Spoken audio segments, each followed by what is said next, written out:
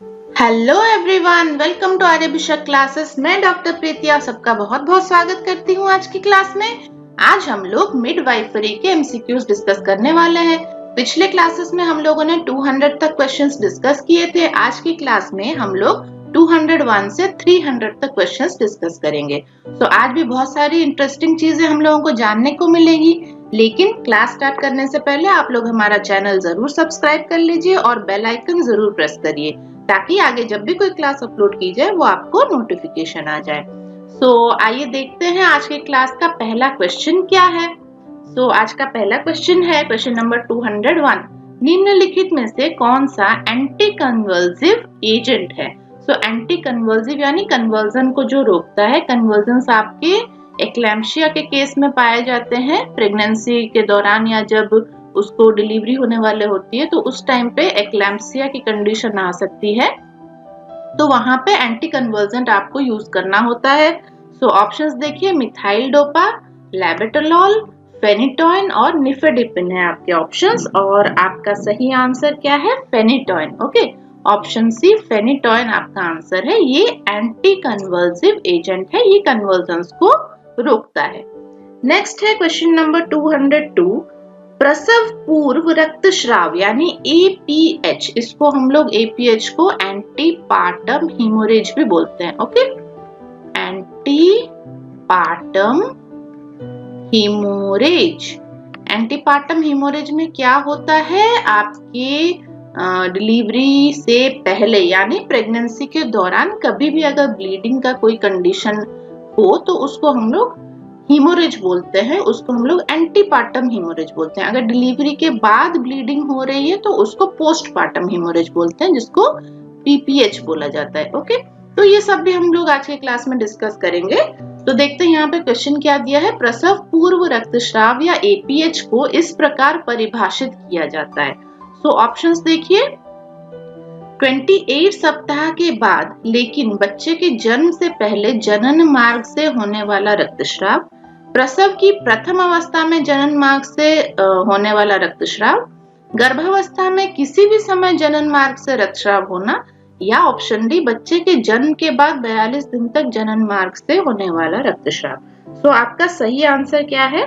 28 सप्ताह के बाद लेकिन बच्चे के जन्म से पहले जनन मार्ग से होने वाला रक्तस्राव।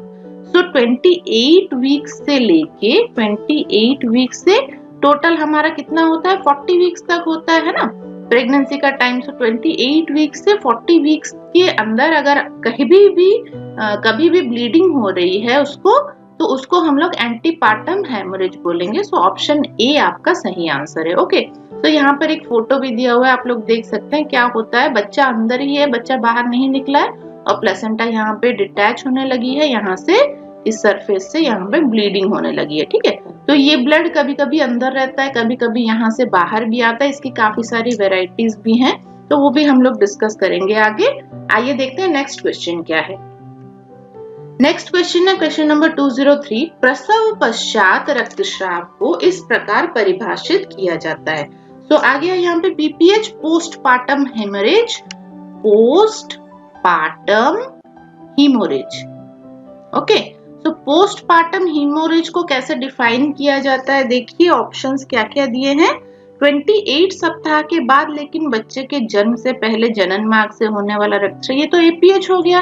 प्रसव की प्रथम अवस्था में जनन मार्ग से होने वाला रक्तस्राव, गर्भावस्था के किसी भी समय जनन मार्ग से होने वाला रक्तस्राव, या बच्चे के जन्म के बाद 42 दिन तक जनन मार्ग से होने वाला रक्तस्राव। ऑप्शन डी आपका सही आंसर है। पोस्टपार्टम का मतलब होता है बच्चे के जन्म के बाद का जो टाइम होता है, आपका परप्यूरियल पीरियड जो होता है आपका 45 डेज का परप्यूरियल पीरियड होता है। अगर उसमें आपको ब्लीडिंग हो रही है पेशेंट को, तो उस कंडीशन को हम लोग PPH बोलते हैं। ओके, नेक्स्ट क्वेश्चन है क्वेश्चन नंबर 204। प्लेसेंटा प्रीविया तथा एब्रप्शियो प्लेसेंटा किसका उदाहरण है? ओके, प्लेसेंटा प्रीविया या एब्रप्शियो प्लेसेंटा, आप ये दोनों ही कंडीशन आपकी APH में होती हैं। एंटीपार्टम हेमरेज यानी जब बच्चा आपके यूट्रस के अंदर ही है उसी कंडीशन में प्लेसेंटा प्रीविया हो सकता है या एब्रप्शियो प्लेसेंटा हो सकता है। ओके, सो यहाँ पे देखिए दोनों फोटोज यहाँ पे दी गई हैं। नॉर्मल प्लेसेंटा आप लोग देख सकते हैं, यूट्रस वॉल से ये अटैच रहती है इस तरह। प्लेसेंटल एब्रप्शन या एब्रप्शियो प्लेसेंटा जो केस है उसमें क्या होता है, प्लेसेंटा यूट्राइन वॉल से एंडोमेट्रियम से डिटैच होने लगती है। ओके, डिटैच होने के कारण क्या होता है, इस सरफेस पे ब्लीडिंग होने लगती है। ओके, सो इसको हम लोग एब्रप्शियो प्लेसेंटा बोलते हैं। और प्लेसेंटा प्रीविया क्या होता है, जो आपके सर्विक्स जो आपका वे होता है, सर्विक्स के अंदर पहले अगर प्लेसेंटा आपको मिले और उसके पीछे आपको बेबी मिले तो उस कंडीशन को हम लोग प्लेसेंटा प्रीविया बोलते हैं। ओके, तो ऐसे कंडीशंस में एंटीपार्टम हीमोरेज या ब्लीडिंग होने के चांसेस बहुत ज्यादा रहते हैं। अब अगर प्लेसेंटा आपके सर्विक्स के इंटरनल हॉर्स के पीछे ही प्लेसेंटा है तो वहां पे क्या होगा, जैसे ही ओपन होगा आपका सर्विक्स वहां से ब्लीडिंग होना स्टार्ट हो जाएगा प्लेसेंटा से, है ना। और बेबी की जान को भी खतरा रहता है इसमें, प्लेसेंटा एब्रप्शियो हो चाहे प्लेसेंटा प्रीविया हो, दोनों ही कंडीशन में फीटस को डेंजर रहता है। ओके, सो ये आप लोग याद रखिएगा, एपीएच या एंटीपार्टम हीमोरेज में आपका प्लेसेंटा प्रीविया और एब्रप्शियो प्लेसेंटा ये दोनों ही केस देखने को मिलते हैं।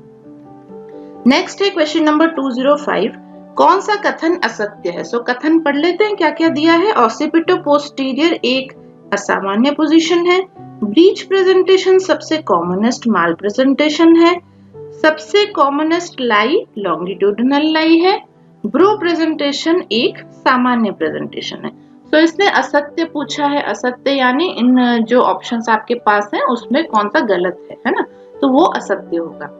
सो देखिए ऑसिपिटो पोस्टीरियर एक असामान्य पोजीशन है, ऑसिपिटो पोस्टीरियर नहीं होना चाहिए। ब्रीच प्रेजेंटेशन सबसे कॉमनेस्ट माल प्रेजेंटेशन है, ये भी सही है आपका। कॉमनेस्ट लाई लॉन्गिट्यूडिनल लाई होता है, ये भी सही है।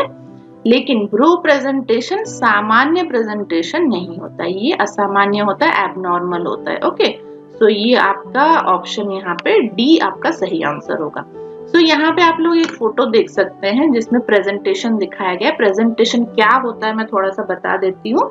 जब बेबी का डिलीवरी होने वाला हो या सर्विक्स ओपन हो जाए तो सर्विक्स के अंदर फर्स्ट पार्ट आपको क्या दिख रहा है, क्या मिल रहा है। जब आप पीवी कर रहे हो उसमें तो टेस्ट कर रहे हो, देख रहे हो, तो उसमें कौन सा पार्ट आपको दिख रहा है, वो उसका प्रेजेंटिंग पार्ट होता है। ठीक है, तो कुछ बच्चों का सर दिखता है, इसको हम लोग सेफालिक प्रेजेंटेशन बोलते हैं। इधर देखिए फर्स्ट में बच्चे का सर दिख रहा है, सर्विक्स से जब आप एंटर करेंगे तो आपको सबसे पहले बच्चे का सर दिखाई देगा। नेक्स्ट पिक्चर जो है नंबर 2 पिक्चर, ये देखिए यहाँ पे जब आप सर्विक्स से एंटर करेंगे तो बच्चे का पीछे का पोर्शन आपको दिखाई देगा, इसको ब्रीच प्रेजेंटेशन बोला जाता है। बच्चा अगर टेढ़ा हो उसको ऑब्लिक लाई बोलते हैं, और बच्चा अगर ट्रांसवर्स हो इस तरह से हो तो उसको ट्रांसवर्स लाई बोलते हैं। ओके, तो सेफालिक प्रेजेंटेशन और ब्रीच प्रेजेंटेशन होती है, ऑब्लिक लाई और ट्रांसवर्स लाई होता है। ओके, तो ये सारे आपके तीनों, ये ब्रीच ऑब्लिक ट्रांसवर्स, ये सारे एबनॉर्मल हैं।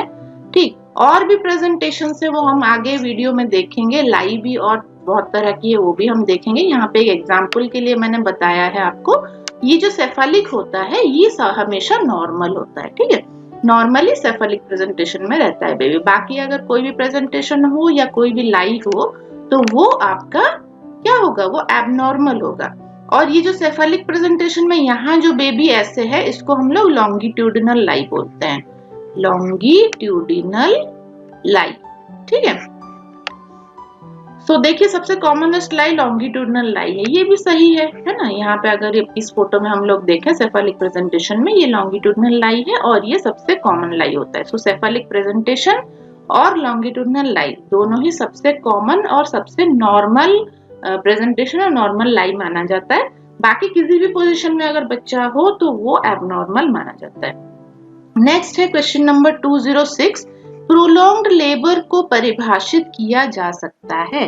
प्रोलॉन्ग्ड लेबर क्या होता है, बहुत ज्यादा टाइम तक जो लेबर पेन होता रहे लेकिन बेबी नीचे ना आए, बेबी डिसेंड ना करे, बेबी बाहर ना निकले, तो उसको हम लोग प्रोलॉन्ग्ड लाई बोलते हैं। और कितने समय तक ये होता है, ये 18 से 20 घंटे से अगर अधिक हो, ठीक है, तो उसको हम लोग प्रोलॉन्ग्ड लेबर बोलते हैं। सो ऑप्शन बी देखिए लिखा है, जब प्रसव की प्रथम तथा द्वितीय अवस्था सम्मिलित रूप से 18 से 20 घंटे से अधिक हो तो उसको हम लोग बोलेंगे प्रोलॉन्ग्ड लेबर।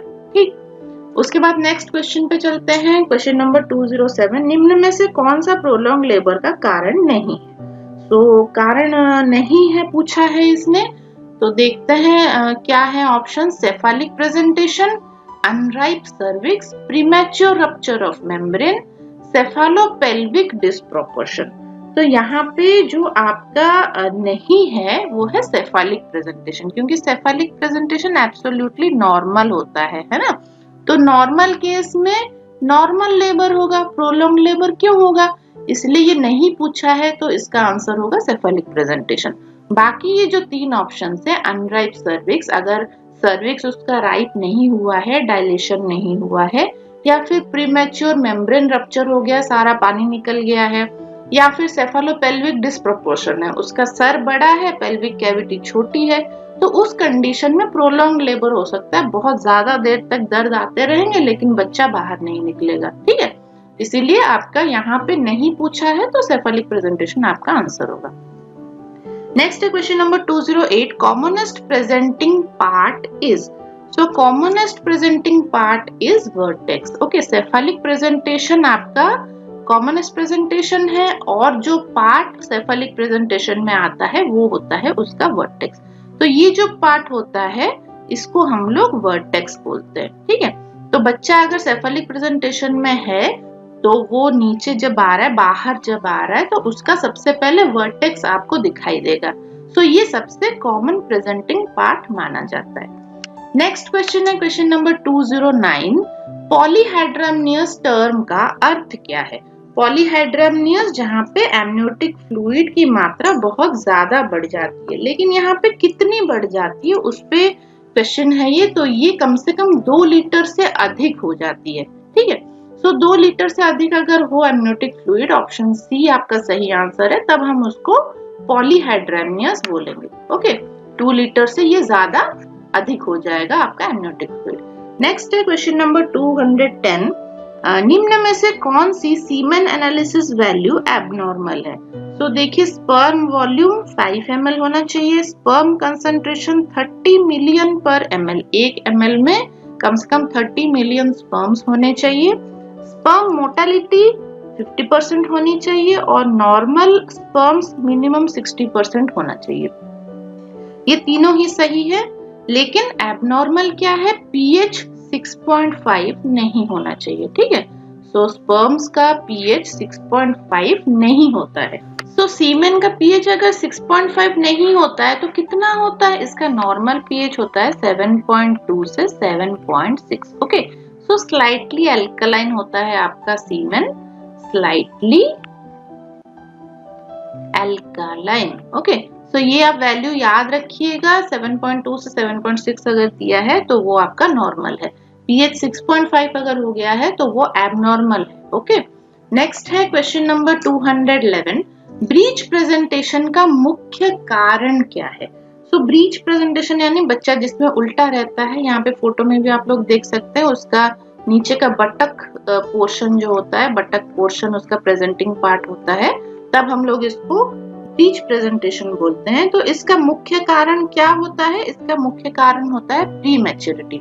मतलब जब बच्चा प्रीमैच्योर रहता है तब बच्चा अंदर घूमता रहता है ना। अगर प्रीमैच्योर डिलीवरी कहीं पे आ रही हो तो मोस्टली वहां पे क्या होता है? ब्रीच प्रेजेंटेशन आपको मिलेगा। सो ब्रीच प्रेजेंटेशन में बच्चा तब उल्टा रहता है क्योंकि टाइम नहीं हुआ है। जब टाइम होता है तो बच्चा धीरे धीरे फिर घूम के सेफालिक प्रेजेंटेशन में आ जाता है। सो यहाँ पे जो फोटो आपको दी गई है, देखिए फ्रैंक ब्रीच पोजीशन ये है, देन कंप्लीट ब्रीच पोजीशन ऐसी होती है, और फुटलिंग ब्रीच ये होता है जिसमें एक फुट बाहर आ रहा है। ठीक है, कंप्लीट ब्रीच में आप लोग देख सकते हैं हाथ और पैर इसके लॉक्ड हैं और सर भी नीचे की तरफ है, तो ये पूरा लॉक्ड रहता है। और फ्रैंक ब्रीच में क्या रहता है? पैर इसके ओपन रहते हैं ऊपर की और बटक प्रेजेंटेशन रहता है। ठीक, तो ये कुछ वेराइटीज हैं ब्रीच प्रेजेंटेशन की, किसी भी पोजीशन में आपको बच्चा मिल सकता है। तो मुख्य कारण यहाँ पे प्रीमैच्योरिटी है। नेक्स्ट है क्वेश्चन नंबर 212, पिटोसिन के इंडक्शन के दौरान होने वाला खतरा क्या है? अगर आप पिटोसिन दे रहे हैं और लेबर इंड्यूस करा रहे हैं, यानी उसको यूट्राइन कंट्रैक्शंस आप करा रहे हैं इंजेक्शन देके, तो वहां पे क्या हो सकता है, वहां पे गर्भाशय आपका रप्चर हो सकता है, यूट्राइन रप्चर हो सकता है। ठीक है, गर्भाशय का फट जाना इसका सबसे खतरनाक कंडीशन हो सकता है। ओके, सो यूट्राइन रप्चर आपका कॉम्प्लिकेशन रहेगा यहाँ पे। सो अगर आप पिटोसिन दे रहे हैं, सिंटोसिनोन दे रहे हैं, इंडक्शन करा रहे हैं लेबर जबरदस्ती, तो वहां पे यूट्राइन रप्चर हो सकता है। नेक्स्ट है क्वेश्चन नंबर 213। जब फीटल एक्सिस मैटरनल स्पाइन के तिरछा या ऑब्लिक स्थित हो तो ऐसा क्या कहा जाता है? तो इसको ऑब्लिक लाई कहा जाता है। ऑब्लिक है, तिरछा है तो ऑब्लिक लाई बोलेंगे। यहाँ पे देखिए लाई बताई गई है, ये सारी लाई है। लाई LIE एक ही होती है इसमें। सो लाई में आपको कैसे पता चलेगा, ये देखिए नंबर 1 जो है ये लॉन्गिट्यूडिनल लाई है। यूट्रस का जो फंडल पार्ट होता है ऊपर से और सर्विक्स तक, उसी एक्सिस में अगर बच्चा हो तो उसको लॉन्गिट्यूडिनल लाई बोलते हैं। यहाँ पे सेकंड पिक में भी ये लॉन्गिट्यूडिनल लाई ही बताया गया है, क्योंकि यूट्रस का फंडस आपका इधर टेढ़ा हो गया है। आप इसको सोचेंगे कि ये ऑब्लिक लाई हो सकता है क्योंकि ये टेढ़ा है ना, लेकिन यूट्रस भी टेढ़ा है यहाँ पे, तो ये लॉन्गिट्यूडिनल लाई ही माना जाएगा क्योंकि यूट्रस फिर से सीधा हो जाएगा। नेक्स्ट है ये वाला फोटो जिसमें यूट्रस सीधा है और बच्चा उसका टेढ़ा है। ठीक है, तो इसको हम लोग ऑब्लिक लाई बोलते हैं। ऑब्लिक लाई जो यहाँ पे आपके क्वेश्चन का आंसर है। और फोर्थ पिक जो है यहाँ पे देखिए, उसमें आपका ट्रांसवर्स लाई दिखाया गया है, जिसमें बच्चा एकदम पूरा घुमा हुआ रहता है, ट्रांसवर्स प्लेन में रहता है। ठीक है, तो इस तरह से अगर बच्चा हो तो उसको हम लोग ट्रांसवर्स लाई बोलेंगे। मैटरनल एक्सिस ऐसे रहेगा, बच्चा ऐसे रहेगा। ओके, सो ये ट्रांसवर्स लाई है। सो यहाँ पे आपका आंसर है ऑब्लिक लाई, क्योंकि यहाँ पे बच्चे को तिरछा बताया गया है। नेक्स्ट क्वेश्चन देखते हैं, क्वेश्चन नंबर 214। निम्न में से कौन सा फीटल हाइपोक्सिया का फीचर नहीं है? फीटल हाइपोक्सिया क्या होती है? जहाँ पे बच्चे को ऑक्सीजन कम मिलने लगे। तो यहाँ पे ऑप्शंस क्या क्या दिए हैं? हार्ट रेट लेस देन 100 और एक्सेसिव फीटल मूवमेंट्स दिए हैं, मेकोनियम इन वर्टेक्स प्रेजेंटेशन और fetal blood pH more than 7.5। So अगर फीटल हाइपोक्सिया हो रहा है, वहां पे क्या होगा, बच्चे की हार्ट रेट धीरे धीरे कम हो जाएगी। So heart rate less than 60 हो जाएगा, है ना। उसकी फीटल मूवमेंट्स भी कम हो जाएंगी। ओके, सो यहाँ पे ऑप्शन बी आपका सही आंसर है, क्योंकि नहीं पूछा है इसमें फीटल मूवमेंट्स एक्सेसिव बताया गया है। सो ये ऑप्शन गलत है, फीटल मूवमेंट्स उसकी कम हो जाती हैं।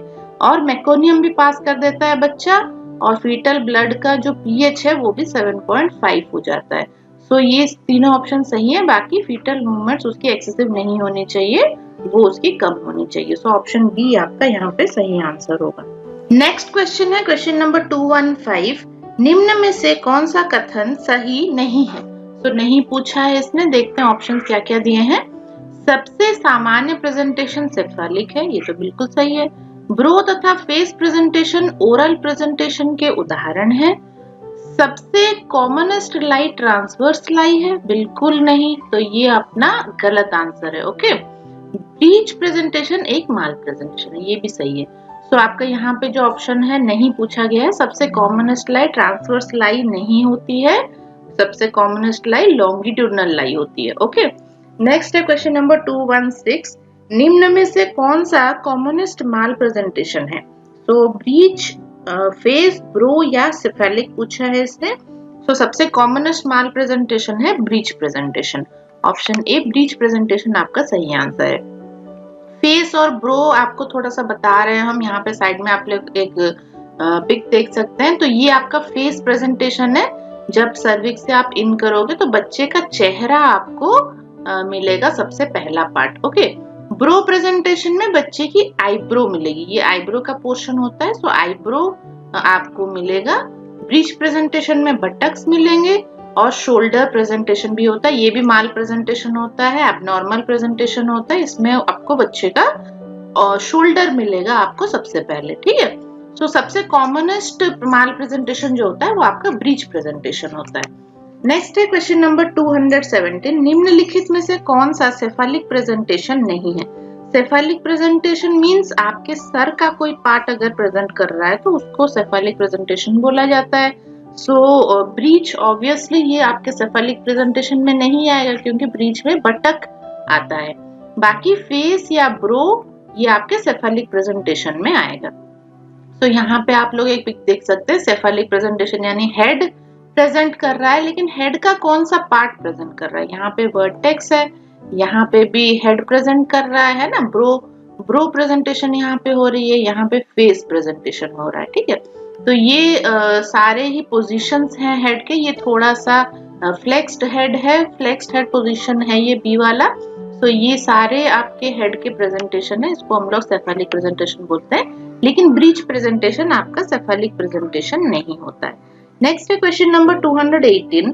कॉर्ड प्रोलैप्स को इस प्रकार परिभाषित किया जाता है। कॉर्ड प्रोलैप्स क्या होता है? जब आपका अम्बिलिकल कॉर्ड बाहर आने लगे। ठीक है, जब कॉर्ड वल्वा के बाहर स्थित हो, इसीलिए उसको कॉर्ड प्रोलैप्स बोला जाता है। यानी बच्चा अंदर है और अम्बिलिकल कॉर्ड पहले बाहर आ रही है। ओके, तो उसको कॉर्ड प्रोलैप्स बोला जाता है। नेक्स्ट है क्वेश्चन नंबर 219।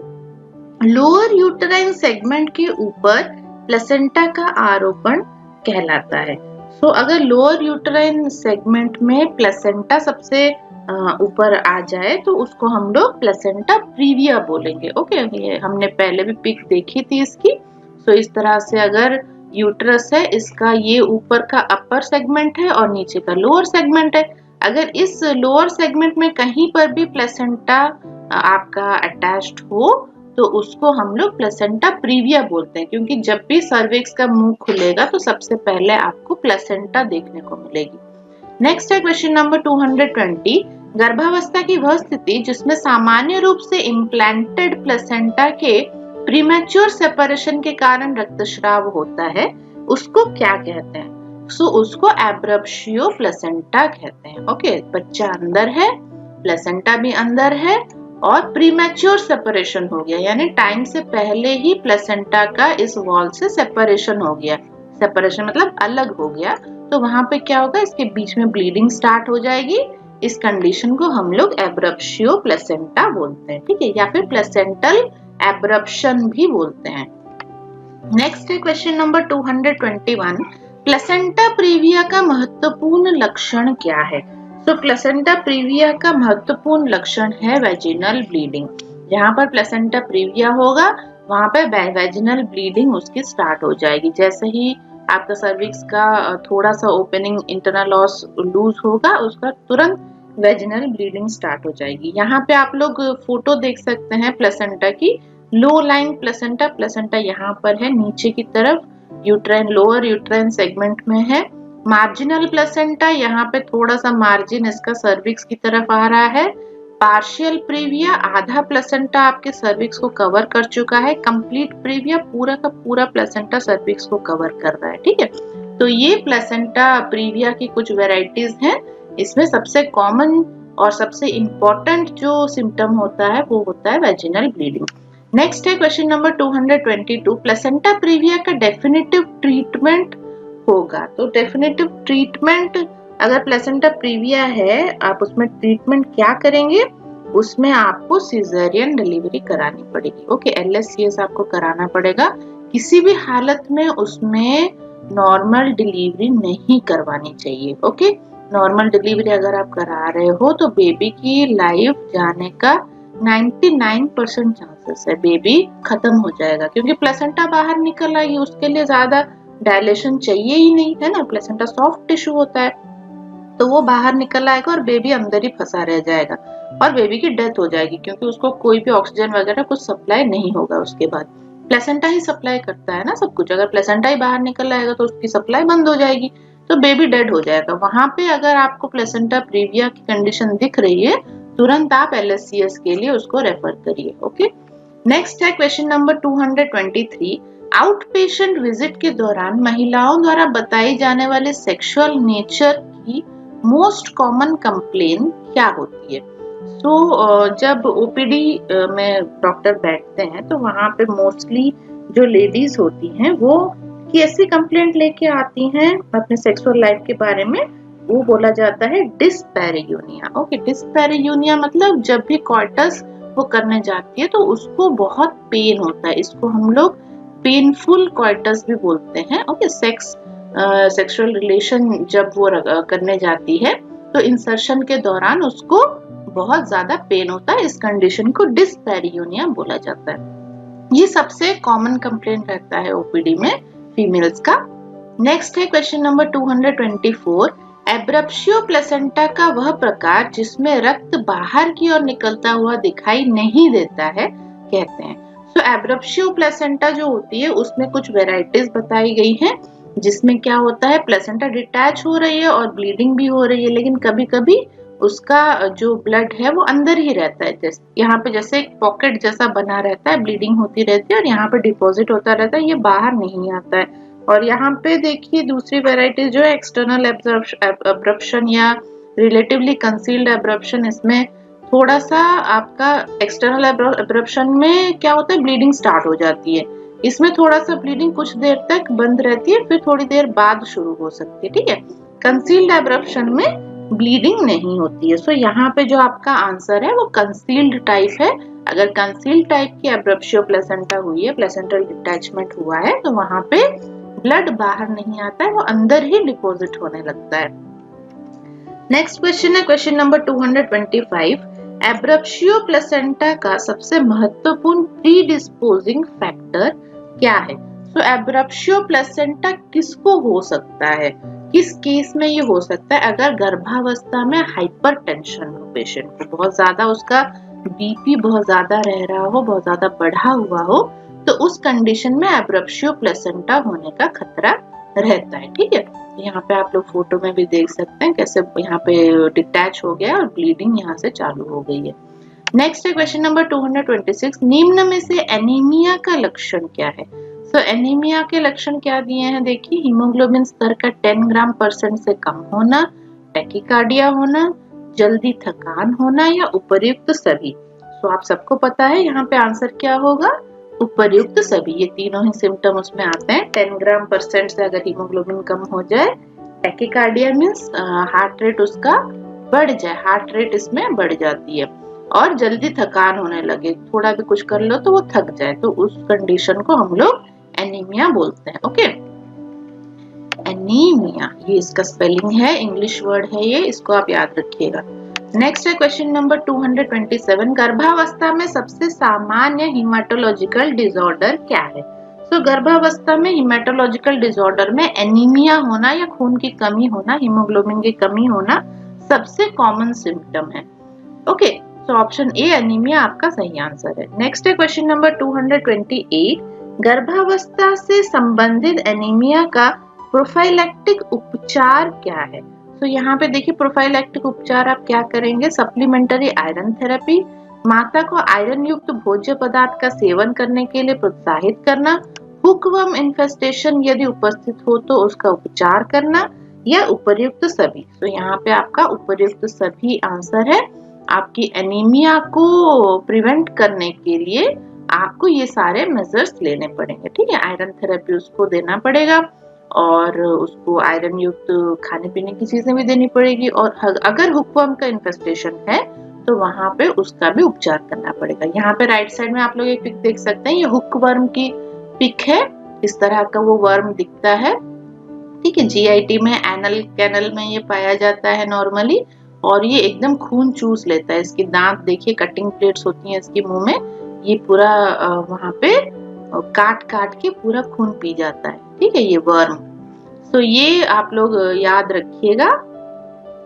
नेक्स्ट क्वेश्चन पे चलते हैं। नेक्स्ट क्वेश्चन है क्वेश्चन नंबर 229, समय पूर्व प्रसव या प्री टर्म लेबर को इस प्रकार परिभाषित किया जाता है। सो प्री टर्म लेबर क्या है, जब टाइम से पहले लेबर पेन होने लगे। ठीक है, तो क्या होता है इसका परिभाषा, गर्भावस्था के 37 सप्ताह पूरे होने से पूर्व ही प्रसव आरंभ हो जाए। सो 37 वीक्स होने से पहले अगर प्री टर्म लेबर हो जाए तो वहां पे आप लोग इसको समय पूर्व ही बोलेंगे। ओके, तो यहाँ पे 37 सप्ताह आपको याद रखना है, 37 वीक्स इसका आंसर होगा। इससे पहले अगर प्रसव पीड़ा स्टार्ट हो जाए तो इसको प्री टर्म लेबर कहा जाता है। प्री टर्म लेबर जब स्टार्ट हो जाता है तो वहां पे बेबी प्री मैच्योर रहता है और बेबी की डिलीवरी होने का भी खतरा रहता है वहां पे।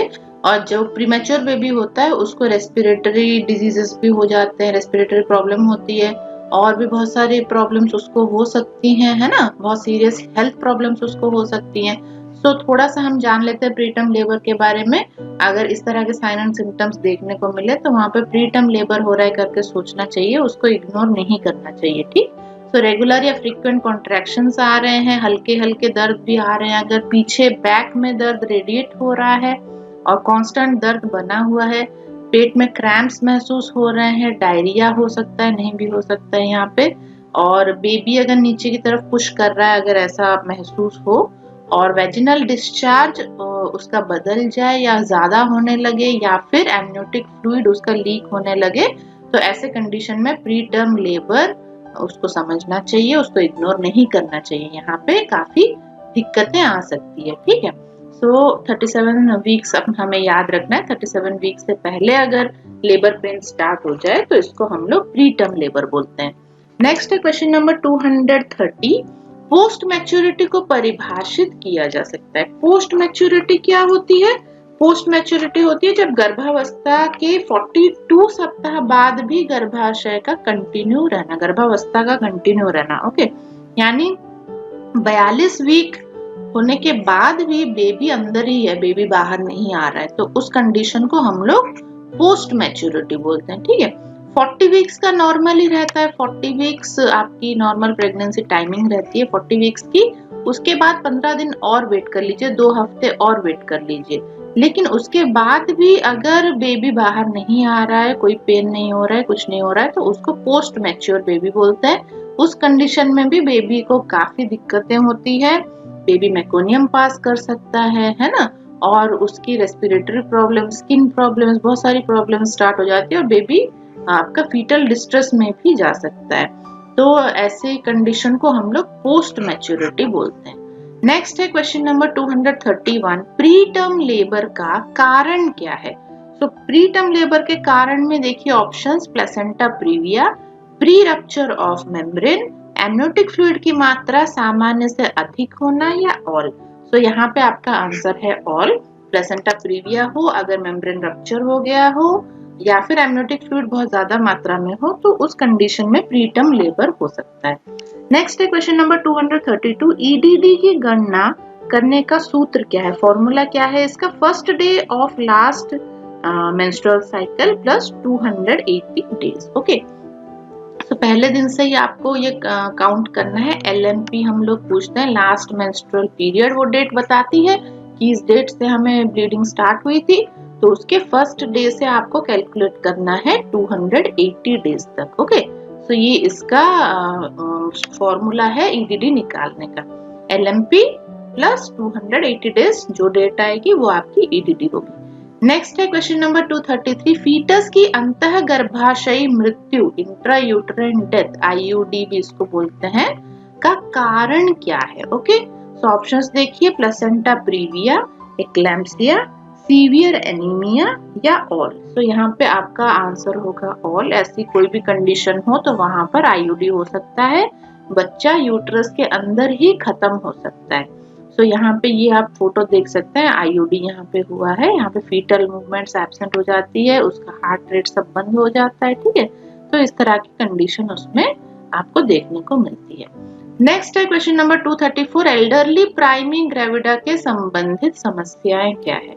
गर्भपात, uterine fibroid, intrauterine growth retardation, या ऑल। तो यहाँ भी आपका आंसर होगा ऑल, कि अगर एल्डरली प्राइमिंग ग्रेविडा है। एल्डरली प्राइमिंग ग्रेविडा किसको कहते हैं? 35 इयर्स के बाद अगर किसी लेडी को फर्स्ट प्रेगनेंसी हो रही है तो उस कंडीशन को हम लोग एल्डरली प्राइमिंग ग्रेविडा बोलते हैं। ऐसे लेडीज को एबॉर्शन होने के चांसेस रहते हैं, यूट्रस में फाइब्रॉइड होने के चांसेस रहते हैं, और इंट्रायूटेराइन ग्रोथ रिटार्डेशन यानी बेबी की जितनी ग्रोथ होनी चाहिए उतनी नहीं होती है उनके गर्भाशय के अंदर, ठीक है। तो ये सारी उसके सिम्टम्स हैं, ये सारी उनकी समस्याएं हैं। अगर 35 साल के ऊपर कोई प्रेग्नेंट हो रहा है, वो भी पहली बार अगर प्रेग्नेंट हो रहा है, तो ऐसी दिक्कतें देखने को मिल सकती हैं। नेक्स्ट है question number 235, elderly priming gravida को इस प्रकार परिभाषित किया जाता है। सो यहाँ पे आपका मैंने पहले ही बता दिया है, एज पूछा गया है ना, 35 इयर्स से ऊपर अगर किसी की एज है, महिला जिसकी प्रथम प्रेगनेंसी 35 वर्ष की आयु के बाद हो, उसे हम लोग एल्डरली प्राइमिंग ग्रेविडा बोलते हैं। नेक्स्ट है क्वेश्चन नंबर 236, सबसे सामान्य प्रकार का असामान्य यूटेराइन कॉन्ट्रैक्शन कौन सा है?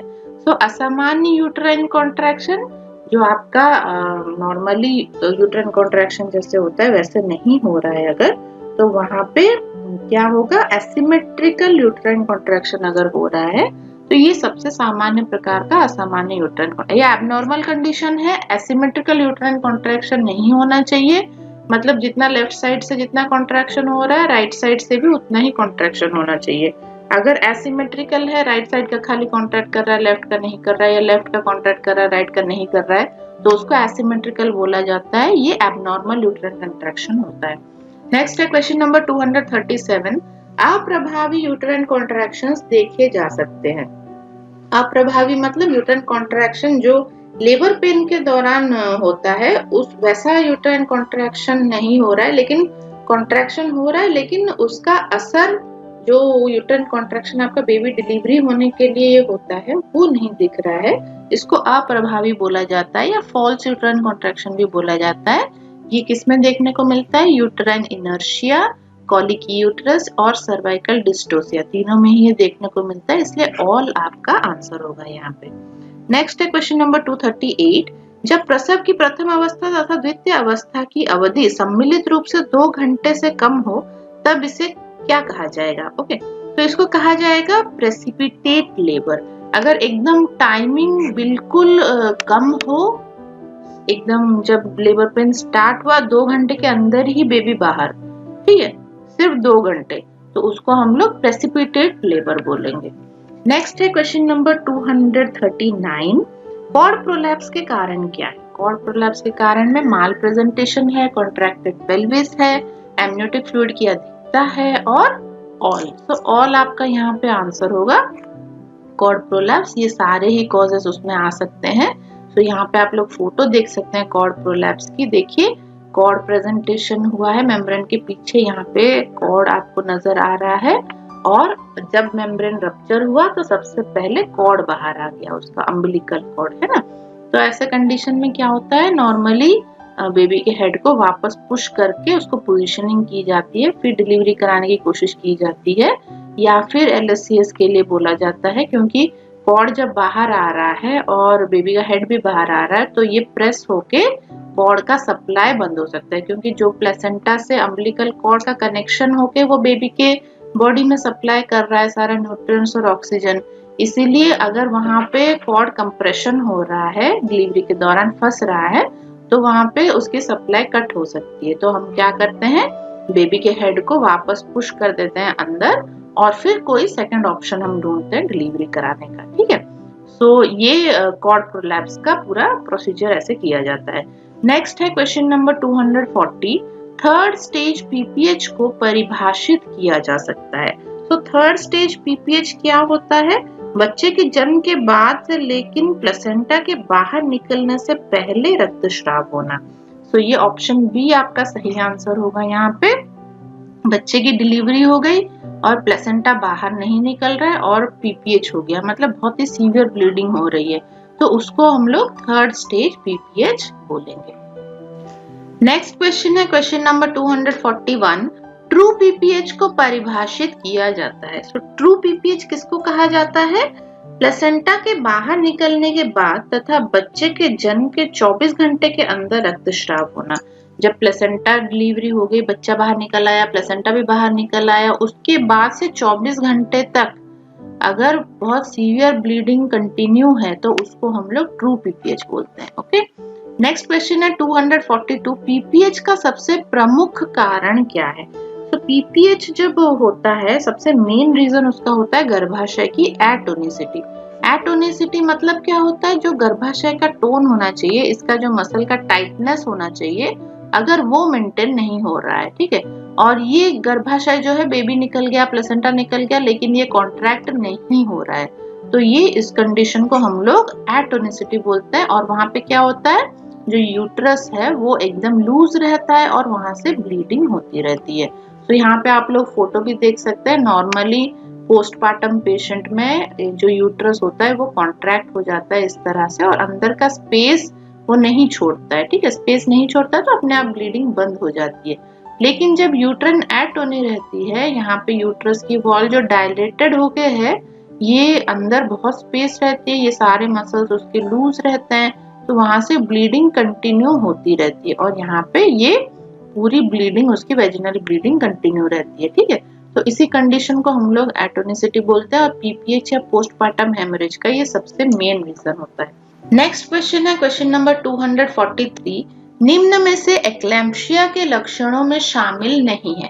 तो एक्लैम्प्शिया के लक्षण में क्या शामिल नहीं है, देखते हैं। बीपी का बढ़ जाना, ये तो शामिल है। शरीर पर सूजन, एडिमा भी रहेगा। प्रोटीन्यूरिया, ये भी रहेगा, यूरिन में प्रोटीन आएगा। या हाइपोटेंशन, तो हाइपोटेंशन इसमें शामिल नहीं है, हाइपरटेंशन होना चाहिए। ये हाइपोटेंशन का मतलब होता है बीपी का कम रहना। ओके, तो यहाँ पे बीपी ज्यादा रहती है, कम नहीं रहती है। सो ये इसीलिए यहाँ पे सही आंसर होगा, क्योंकि नहीं पूछा है ना। सो यहाँ पे आप लोग फोटो में भी देख सकते हैं, एक्लैम्प्शिया, प्री एक्लैम्प्शिया का ये केस है। प्री एक्लैम्प्शिया में आपके सीजर्स और ये कंडीशन नहीं होती है, एक्लैम्प्शिया में ये होता है। बाकी सारी कंडीशन आपकी प्री एक्लैम्प्शिया और एक्लैम्प्शिया दोनों में ही पाई जाती है। सो ब्लड प्रेशर ज्यादा रहता है, वेट गेन होने लगता है, यूरिन में प्रोटीन आने लगता है, ब्लर विजन, हेडेक, इरिटेबिलिटी रहती है, पिटिंग, एडिमा रहता है पैरों में। एडिमा की वजह से उसका वेट गेन भी होता है। फेस, हाथ पैर सब स्वोलन रहते हैं, एब्डोमिनल पेन भी रह सकता है। ठीक है, तो ये सारी कंडीशन जो है आपकी प्री एक्लैम्प्शिया और एक्लैम्प्शिया दोनों में पाई जाती है। सिर्फ सीजर्स आना या फिर जो कन्वर्जन्स आना हम लोग बोलते हैं, वो एक्लैम्प्शिया की कंडीशन में एक्स्ट्रा पाई जाती है। ठीक है, तो ये सारे आप लोग याद रखिएगा। जिस तरह से ऑप्शन दिया जाए उसी हिसाब से आपको फिर चूज करना है। नेक्स्ट है क्वेश्चन नंबर 244। डिलीवरी के 24 घंटे बाद होने वाली ब्लीडिंग को पीपीएच माना जाता है जब, तो डिलीवरी हो गई, 24 घंटे भी पूरे हो गए, उसके बाद भी अगर ब्लीडिंग हो रही है तो हम उसको पीपीएच बोलेंगे जब रक्त की हानि 500 ml से अधिक हो। तो कम से कम आधा लीटर अगर ब्लड निकल रहा है तो उस कंडीशन को भी हम लोग पीपीएच में ही इंक्लूड करेंगे। ओके, नेक्स्ट है क्वेश्चन नंबर 245। 5 माह की गर्भावस्था के दौरान सामान्य एफएचएस कितनी होती है? तो 5वें महीने में आपकी फीटल हार्ट रेट कितनी होनी चाहिए? 150 पर मिनट। ओके, 150 पर मिनट ये होनी चाहिए fetal heart rate 5th month में।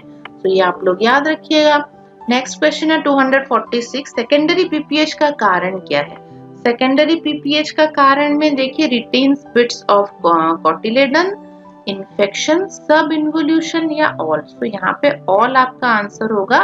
अगर प्लेसेंटा की कुछ बिट्स अंदर रह गई हो, प्लेसेंटल बिट्स यूट्रस में चिपकी हुई थोड़ी सी रह गई हो, तो वहां से ब्लीडिंग होता रहता है। ओके, या फिर अगर इन्फेक्शन हो जाए, या सब इन्वोल्यूशन, यानी जितना यूट्रस अपना नॉर्मल पोजीशन में वापस आ जाना चाहिए उतना नहीं आ रहा है ना, तो सब इन्वोल्यूशन उसको बोलते हैं। ऐसे सारी कंडीशंस में पीपीएच, सेकेंडरी पीपीएच होने का खतरा रहता है। So all of the above आपका सही आंसर है। नेक्स्ट क्वेश्चन है क्वेश्चन नंबर 247। वह स्थिति जब बच्चे के जन्म के आधे घंटे बाद तक भी प्लेसेंटा बाहर नहीं निकले, उसको क्या बोलते हैं? तो बेबी डिलीवरी हो गई, उसके बाद आधा घंटा आपने वेट किया, फिर भी प्लेसेंटा बाहर नहीं निकल रहा है, तो इस कंडीशन को रिटेन्ड प्लेसेंटा बोलते हैं। ओके, रिटेन्ड प्लेसेंटा, उसमें क्या किया जाता है, आपको पूरा अपना हाथ अंदर डाल के आपको फील करना है कि प्लेसेंटा की अटैचमेंट कैसी है। मैनुअली आप उसको रिमूव करने की कोशिश कर सकते हैं। ओके, तो इस कंडीशन को रिटेन्ड प्लेसेंटा बोलते हैं। नॉर्मली 5 से 15 मिनट के अंदर प्लेसेंटा बाहर आ जाना चाहिए। अगर ये आधे घंटे तक भी नहीं बाहर आ रहा है तो हम उसको रिटेन्ड प्लेसेंटा बोलेंगे। नेक्स्ट क्वेश्चन है 248। वह स्थिति जिसमें प्लेसेंटा सीधा मायोमेट्रियम से जुड़ा रहता है, उसको क्या बोलते हैं? तो उस कंडीशन को हम लोग बोलते हैं placenta accreta. Option D, placenta accreta आपका सही आंसर है। इसमें अंदर नहीं बल्कि मायोमेट्रियम या जो आपके यूट्रस की मसल लेयर होती है उससे प्लेसेंटा अटैच हो जाता है। ओके, तो ये इसमें भी आपका प्लेसेंटल रिटेंशन हो सकता है, प्लेसेंटा बाहर नहीं निकलेगा क्योंकि ये सीधा मायोमेट्रियम से अटैच है। एंडोमेट्रियम जो होती है वो आपकी शेडिंग लेयर होती है, उसमें से आराम से प्लेसेंटा डिटैच हो सकता है, लेकिन मायोमेट्रियम में मसल लेयर पे ये अटैच हो जाए तो बहुत मुश्किल रहती है वहां पे। यहाँ नीचे आप लोग एक फोटो देख सकते हैं, उसमें देखिए बताया गया है कि नॉर्मल, ये देखिए एंडोमेट्रियम पे अगर ये अटैच रहे प्लेसेंटा तो हम उसको नॉर्मल कहते हैं, अगर मायोमेट्रियम तक आए तो हम उसको एक्रेटा कहते हैं। Okay, accreta.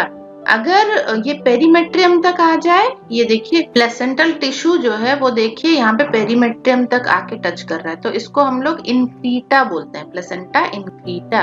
और ये अगर यूट्राइन वॉल को परफोरेट कर जाए, बाहर निकल जाए ये जो प्लेसेंटल टिश्यू, तो इसको परक्रिटा बोलते हैं। ओके, तो इसकी स्टेजेस होती हैं, ये कुछ अलग अलग वैरायटी की होती हैं, ये आप लोग थोड़ा सा ध्यान रखिएगा।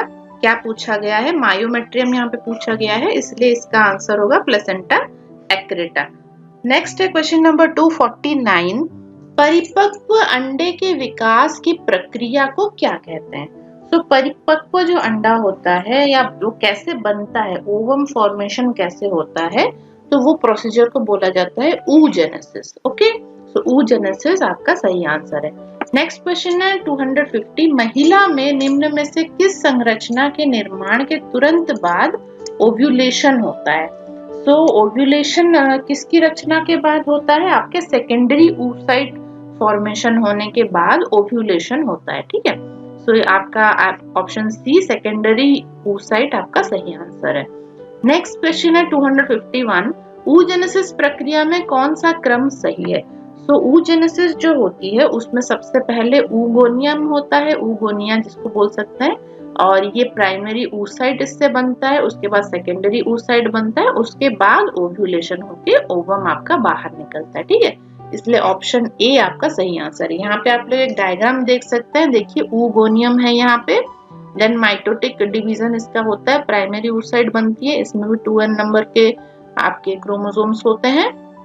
इसके बाद क्या होता है, मियोटिक सेल डिवीजन होता है, मियोसिस में n नंबर के क्रोमोसोम्स रह जाते हैं, एक सेकेंडरी oocyte बनता है, एक फर्स्ट पोलर बॉडी बनता है। ठीक है, सेकेंडरी oocytes फिर डिवीजन होते हैं, फिर से मियोसिस होता है यहाँ पे, और यहाँ पे आपका जो बनते हैं 3 पोलर बॉडीज बनते हैं, और एक जो सेल होती है वो आपकी ओवम में कन्वर्ट होती है।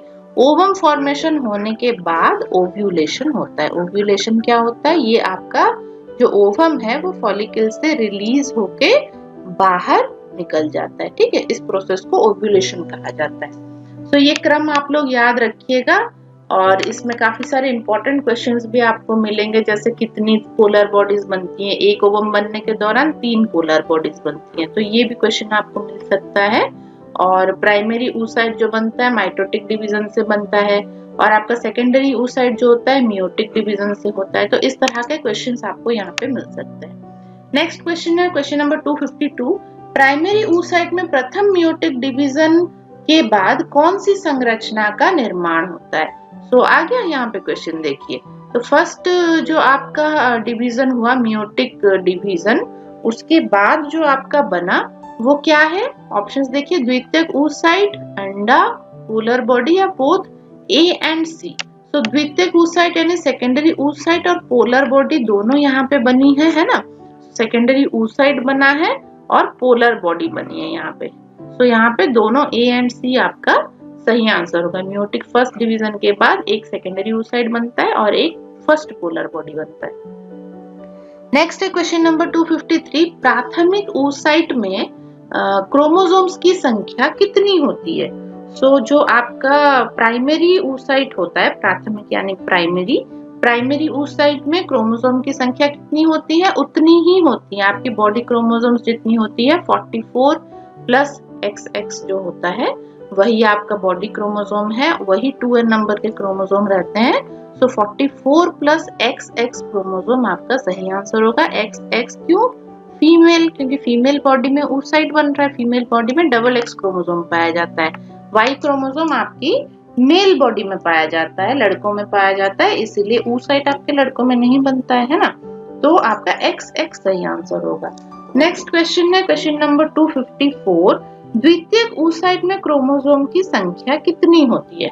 तो सेकेंडरी oocyte जो होता है वो मियोटिक डिवीजन के बाद होता है और प्राइमरी oocyte में जितने क्रोमोसोम्स होते हैं ये आधे हो जाते हैं, ठीक है। 2n नंबर ऑफ क्रोमोसोम होता है तो इधर n आ जाते हैं, इधर n आ जाते हैं। तो यहाँ पे 44 और XS को अगर आप आधा करोगे आपको क्या मिलेगा? 22 प्लस X, ये उसका क्रोमोसोम संख्या है, option B 22 plus X। Next question है आपका 255, oogenesis के दौरान द्वितीयक oocyte का निर्माण कब होता है?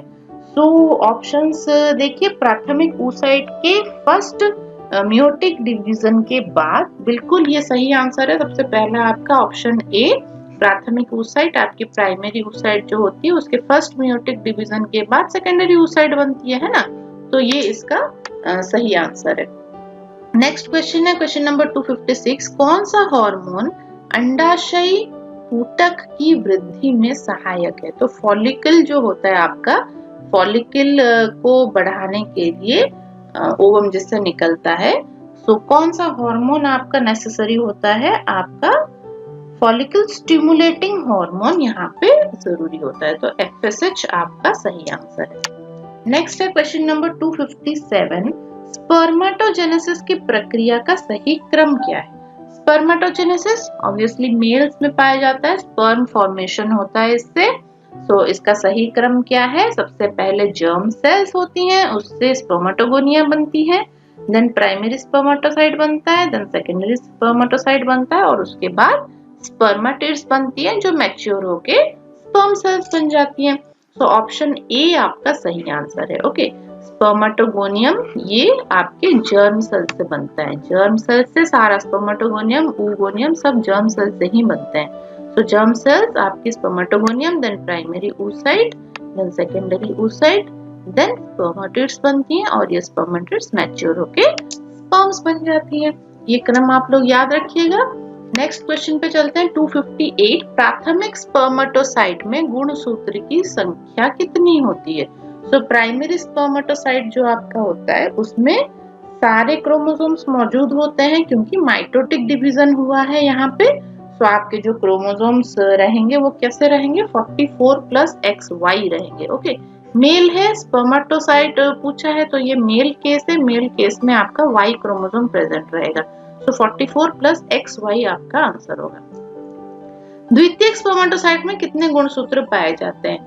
अब यहाँ पे ये आधे हो जाएंगे, द्वितीयक स्पर्मेटोसाइट में मियोटिक डिवीजन हो जाएगा, मियोटिक डिवीजन होने के बाद ये 44 XY आपके आधे हो जाएंगे, 22 प्लस X और 22 प्लस Y, ठीक है। तो इस तरह के क्रोमोसोम आपके सेकेंडरी स्पर्मेटोसाइट में पाए जाएंगे। तो यहाँ पे ऑप्शन A एंड B दोनों ही सही आंसर है, 22 प्लस X और 22 प्लस Y दोनों आंसर आपके सही हैं, दोनों तरह के ये पाए जाएंगे। ओके, अब यहाँ पे एक चीज मैं आपको बताना चाहती हूँ कि हमारी जो फीमेल्स होती हैं उसमें एक ही तरह के सेकेंडरी oocytes बनते हैं जिसमें 22 प्लस X क्रोमोसोम्स होते हैं क्योंकि उसमें Y क्रोमोसोम नहीं होता है, ठीक है। लेकिन मेल जो होता है उसमें 22 प्लस X और 22 प्लस Y दो तरह के आपके स्पर्मेटोसाइट बनते हैं, सेकेंडरी स्पर्मेटोसाइट, जिससे स्पर्म्स पैदा होती हैं। तो ये फर्टिलाइजेशन में मेल होगा या फीमेल होगा ये आपके मेल पार्टनर पे डिपेंड करता है। अगर XX का कॉम्बिनेशन हो रहा है तो वहां पे फीमेल चाइल्ड पैदा होगा, ठीक है। 22X फीमेल का और 22X मेल का ये अगर कॉम्बाइन हो रहा है तो वहां पे क्या होगा? फीमेल चाइल्ड पैदा होगा। और 22Y अगर क्रोमोसोम आपका जो सेल है आपका वो 22X के साथ कंबाइन हो रहा है तो उस कंडीशन में मेल चाइल्ड पैदा होगा, ठीक है। तो ये टोटली डिपेंड करता है कि किस तरह के स्पर्म्स आपकी मेल बॉडी में बन रहे हैं, उससे मेल चाइल्ड होगा या फीमेल चाइल्ड होगा, लड़का होगा या लड़की होगा, ये आपका मेल पार्टनर ही डिसाइड करता है। नेक्स्ट क्वेश्चन पे चलते हैं, क्वेश्चन नंबर 260, वह एंजाइम जो शुक्राणु को अंडाणु में प्रवेश करने में सहायक होती है वो आपकी कौन सी होती है? हाइलुरोनिडेज। ओके, हाइलुरोनिडेज वो एंजाइम है,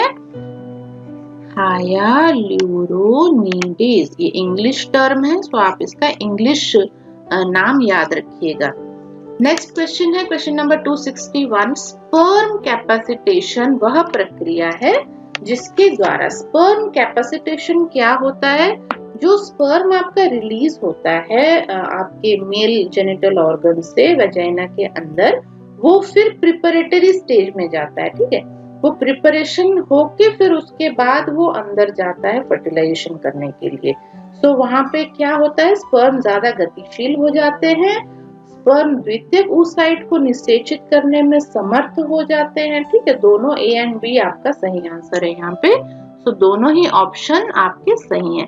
स्पर्म की स्पीड बढ़ जाती है और उसकी जो ये एक्रोसोमल कैप है ऊपर, इसमें कुछ चेंजेस आते हैं जिसकी वजह से वो फर्टिलाइजेशन करने में या ओवम के साथ कंबाइन होने में सक्षम होता है।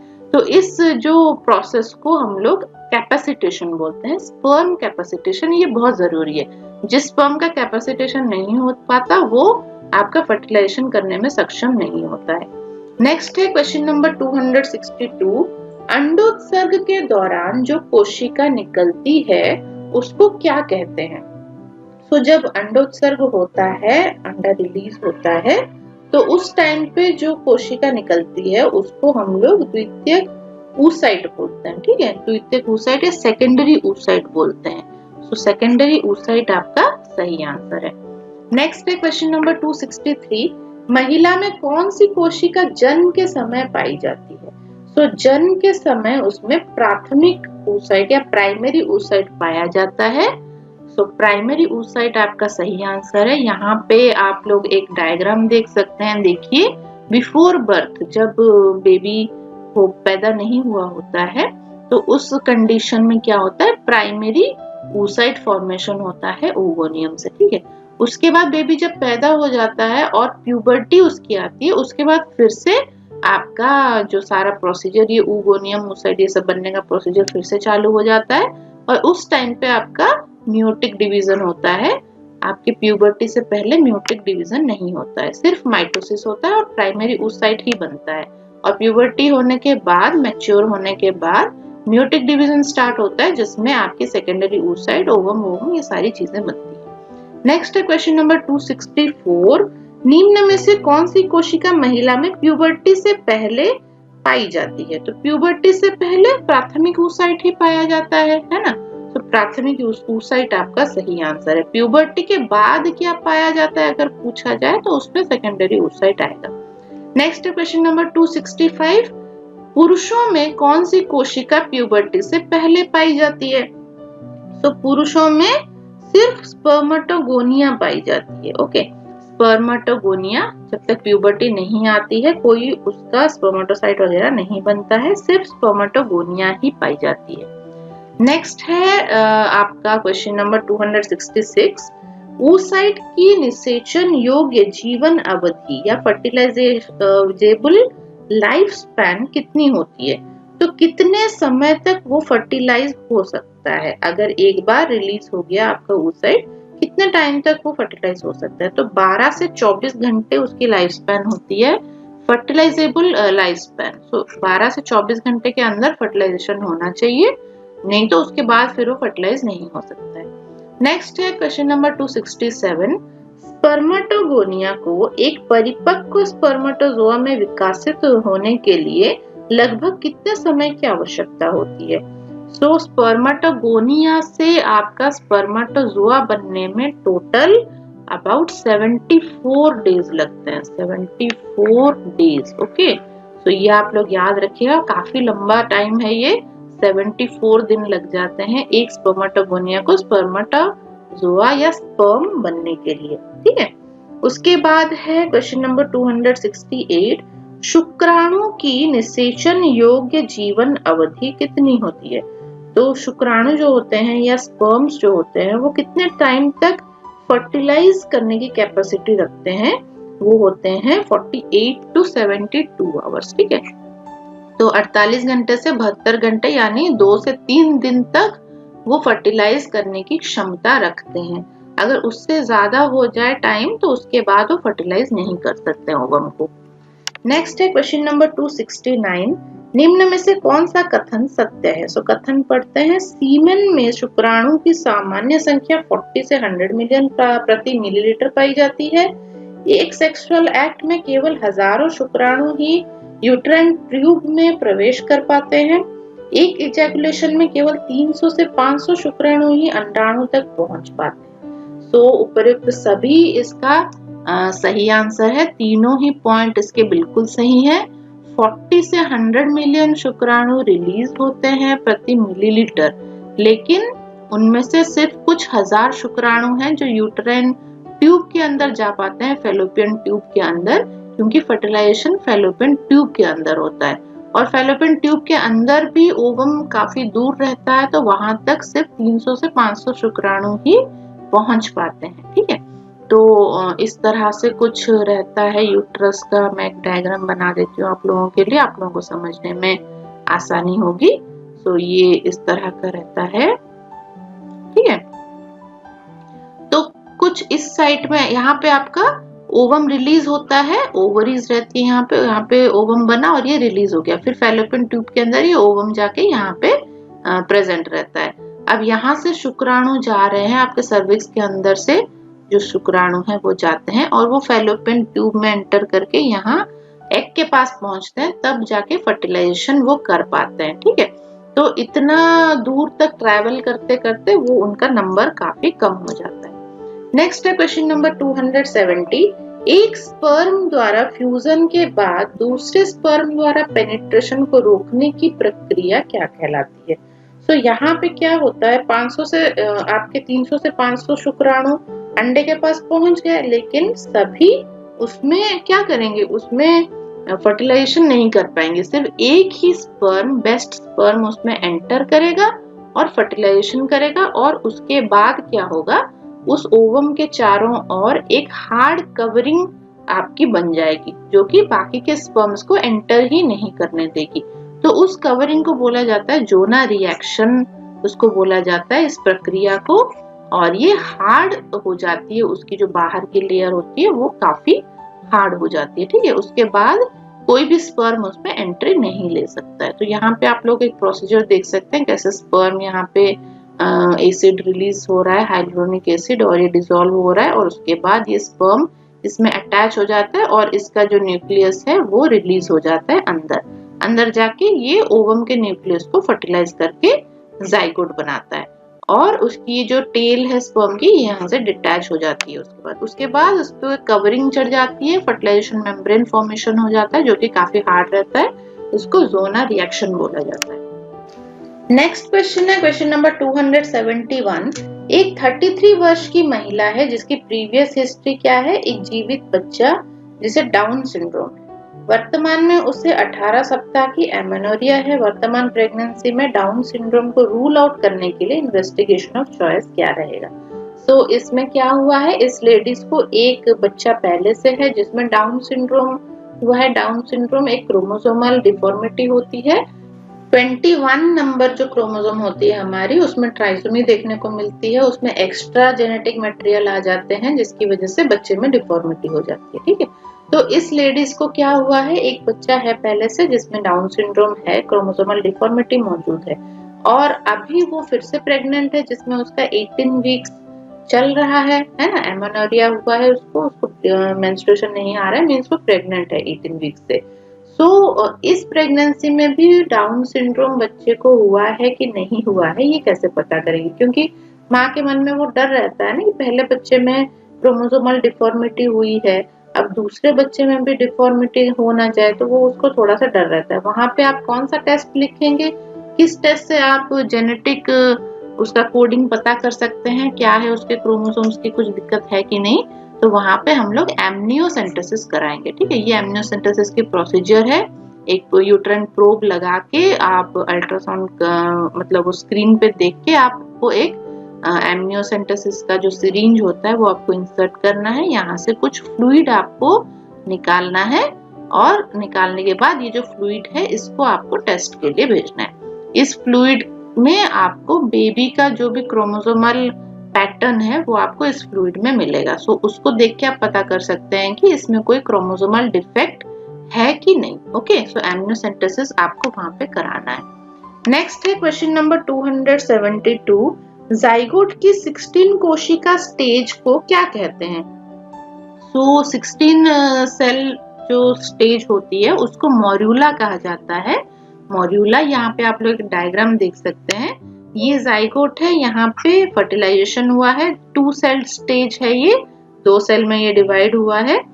उसके बाद फिर 4 सेल स्टेज, ये फिर से ऐसे डिवाइड हो गया, डिवाइड होने के बाद 4 सेल बन गया, 4 सेल आपका डिवाइड होके 8 सेल में बदल गया और 8 सेल डिवाइड होके आपके 16 सेल्स हो जाएंगे। ठीक है, 8 सेल आपके बीच में से टूट के 16 सेल्स हो जाएंगे। इसको हम लोग मॉड्यूला बोलते हैं, इस आपके सेल को। और उसके बाद फिर ब्लास्टोसिस्ट फॉर्मेशन होता है और फिर ये सारा डिवीजन होके बेबी फॉर्मेशन होता है। ठीक है, तो 16 सेल जो स्टेज होती है उसको मॉड्यूला कही जाती है। नेक्स्ट है क्वेश्चन नंबर 273, प्रेग्नेंट यूटरस की एंडोमेट्रियम को क्या कहा जाता है? तो प्रेग्नेंट यूटरस अगर है, बेबी है उसमें, तो उसके एंडोमेट्रियम को डेसिडुआ बोला जाता है। ओके, डेसिडुआ इसका टर्म है, ये आप लोग याद रखिएगा। नेक्स्ट है क्वेश्चन नंबर 274, एमनियोटिक द्रव का सुनहरा रंग गोल्डन कलर अगर हो तो उस कंडीशन में RH इनकम्पैटिबिलिटी होने के चांसेस रहते हैं। तो RH इनकम्पैटिबिलिटी में मदर का ब्लड ग्रुप जो है वो नेगेटिव में रहता है और बच्चे का जो ब्लड ग्रुप होता है वो पॉजिटिव रहता है। ठीक है, RH पॉजिटिव। इस कंडीशन में क्या होता है, RH इनकम्पैटिबिलिटी हो जाती है। सो यहाँ पे बेबी को खतरा हो सकता है। ठीक है, तो ऐसे में गोल्डन कलर का एमनियोटिक फ्लूइड नॉर्मली देखने को मिलता है। नेक्स्ट है क्वेश्चन नंबर 275, निम्न में से कौन सा हार्मोन ब्रेस्ट डक्ट्स की हाइपरट्रॉफी तथा प्रोलिफरेशन में महत्वपूर्ण भूमिका निभाता है? सो जब प्रेगनेंसी होती है तब ब्रेस्ट का भी डेवलपमेंट होता है, उसकी जो डक्ट्स होती हैं वो बढ़ने लगती हैं, मोटी होने लगती हैं और सेल्फ डिवीजन होने लगते हैं, जो आपके उसमें बनने लगते हैं, एल्वियोलिस बनने लगते हैं, जिसमें आपका मिल्क सिक्रेशन होता है, मिल्क स्टोरेज भी होता है ना, बेबी डिलीवरी होने के बाद। तो वो सारा आपका ब्रेस्ट टिश्यू डेवलप होने लगता है। तो इसमें जो हार्मोन रिस्पॉन्सिबल है वो है ईस्ट्रोजन। ईस्ट्रोजन आपका जो है वो ब्रेस्ट डक्ट्स को डिवीजन कराने में और आपके सेल्स को प्रोलिफरेट कराने में, बड़ा करने में मदद करते हैं। और प्रोजेस्टेरॉन जो होता है वो एल्वियोलिस के अंदर ये जो बनती हैं ये सेल कैविटीज, उसको मेंटेन करने में प्रोजेस्टेरॉन हेल्प करता है। ठीक है, तो ईस्ट्रोजन और प्रोजेस्टेरॉन दोनों ही हेल्पफुल हैं ब्रेस्ट टिश्यू फॉर्मेशन में, लेकिन डक्ट फॉर्मेशन में स्पेशली ईस्ट्रोजन ज्यादा महत्वपूर्ण भूमिका निभाता है। नेक्स्ट है क्वेश्चन नंबर 276, गर्भावस्था में निपल्स के चारों ओर हाइपरट्रोफिड सेबेशियस ग्रंथियां पाई जाती हैं, इन्हें क्या कहा जाता है? तो ये जो ग्रंथियां होती हैं इनको मॉन्टगोमेरी ट्यूबरकल्स कहा जाता है। ओके, मॉन्टगोमेरी ट्यूबरकल्स, ये आपका सही आंसर है। यहाँ पे आप लोग देख सकते हैं ये जो ग्रंथियां हैं, बहुत सारी ग्रंथियां यहाँ पे आपको देखने को मिलेंगी, तो इनको क्या कहा जाता है? Montgomery tubercles. ओके, तो ये आपका सही आंसर है। नेक्स्ट है क्वेश्चन नंबर 277, गर्भावस्था में सबसे पहले स्तन से श्राव कब स्क्वीज किए जा सकते हैं? तो गर्भावस्था जब होती है 12 वीक्स के बाद आप वहां से ब्रेस्ट में से डिस्चार्ज आप देख सकते हैं। अगर आप स्क्वीज करेंगे ब्रेस्ट को तो थोड़ा सा कुछ ना कुछ डिस्चार्ज आपको उसमें से देखने को मिलेगा, तो 12 वीक्स के बाद ये देखा जा सकता है। नेक्स्ट है क्वेश्चन नंबर 278, गर्भावस्था में कौन सी स्थिति ईस्ट्रोल स्तर को कम कर देती है? सो ऑप्शंस देखिए, फीटस की मृत्यु, डाउन सिंड्रोम, हाइड्रेटिडिफॉर्म मोल या उपर्युक्त सभी। तो ये सारे ही कंडीशन है जिसमें ईस्ट्रोल लेवल कम हो जाता है। ठीक है, तो अगर आपको ऐसे ईस्ट्रोल लेवल कम मिले तो इनमें से कोई भी कंडीशन वहां पे प्रेजेंट हो सकता है। नेक्स्ट है क्वेश्चन नंबर 279, गर्भावस्था के शुरुआती 6 सप्ताह में कौन सी संरचना प्रोजेस्टेरॉन हार्मोन स्रावित करती है? तो स्टार्टिंग के 6 वीक्स तक, माने 1.5 महीने तक आपका कॉर्पस ल्यूटियम प्रोजेस्टेरॉन सिक्रीट करता है और फिर उसके बाद आपका प्लेसेंटा फॉर्मेशन स्टार्ट होता है, जिसके बाद प्लेसेंटा से आपका प्रोजेस्टेरॉन सिक्रेशन होता है। तो यहाँ पे आप लोग देख सकते हैं जो आपका कॉर्पस ल्यूटियम है वो प्रोजेस्टेरॉन सिक्रेट करता है, और 7 से 10 वीक जो टाइम रहता है उसमें ल्यूटियल प्लेसेंटल शिफ्ट होता है, कॉर्पस ल्यूटियम से प्लेसेंटा में शिफ्ट होता है प्रोजेस्टेरॉन सिक्रेशन का प्रोसीजर, और उसके बाद से फिर प्लेसेंटा से सिक्रेशन होने लगता है। लेकिन इनिशियल जो 6 वीक्स का टाइम है या 1.5 महीना भी हम इसको बोल सकते हैं, तो इसमें कॉर्पस ल्यूटियम ही है जो प्रोजेस्टेरॉन सिक्रेट करता है। नेक्स्ट है क्वेश्चन नंबर 280, गर्भावस्था में कौन सी स्थिति में प्रोजेस्टेरॉन का स्तर कम हो सकता है? तो यहाँ पे अगर एक्टोपिक प्रेगनेंसी हो तो वहां पे प्रोजेस्टेरॉन का लेवल कम हो सकता है।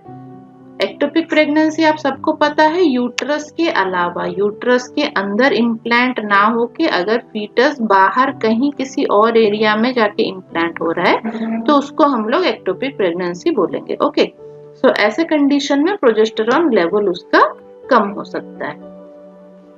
और बाकी हाइड्रेटिडिफॉर्म मोल हो या RH आइसो इम्यूनाइजेशन हो तो वहां पर भी प्रोजेस्टेरॉन का फॉर्मेशन कम नहीं होगा। ठीक है, सिर्फ एक्टोपिक प्रेगनेंसी में आपको प्रोजेस्टेरॉन कम मिलेगा। नेक्स्ट है क्वेश्चन नंबर 281, गर्भावस्था में पिट्यूटरी ग्रंथि में कौन सा परिवर्तन नहीं होता है? सो ऑप्शंस देखिए, वजन में वृद्धि, वृद्धि हार्मोन के स्तर में बढ़ोतरी माने ग्रोथ हार्मोन ज्यादा सिक्रेट होना, पिट्यूटरी गोनाडोट्रोफिन स्तर में वृद्धि, या ACTH लेवल में वृद्धि।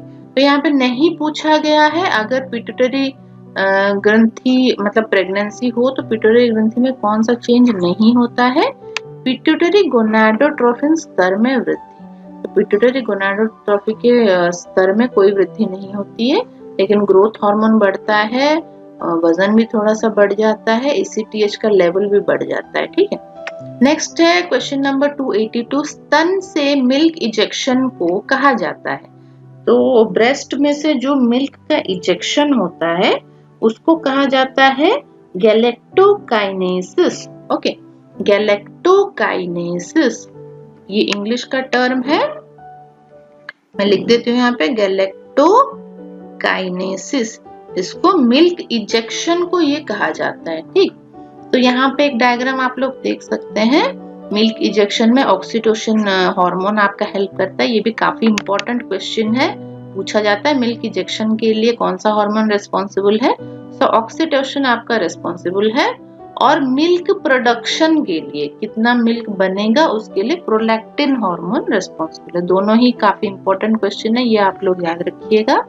ठीक है, जब भी फीडबैक मैकेनिज्म होता है, बेबी सक करता है यहाँ से, तो आपका प्रोलैक्टिन और ऑक्सीटोसिन दोनों रिलीज होता है। प्रोलैक्टिन मिल्क बनाने में मदद करता है और ऑक्सीटोसिन उसको बाहर निकालने में मदद करता है। ठीक है, और यहाँ पे मिल्क इजेक्शन को या जो ब्रेस्ट मिल्क बाहर निकल रहा है उसको हम लोग गैलेक्टोकाइनेसिस में इंक्लूड करते हैं।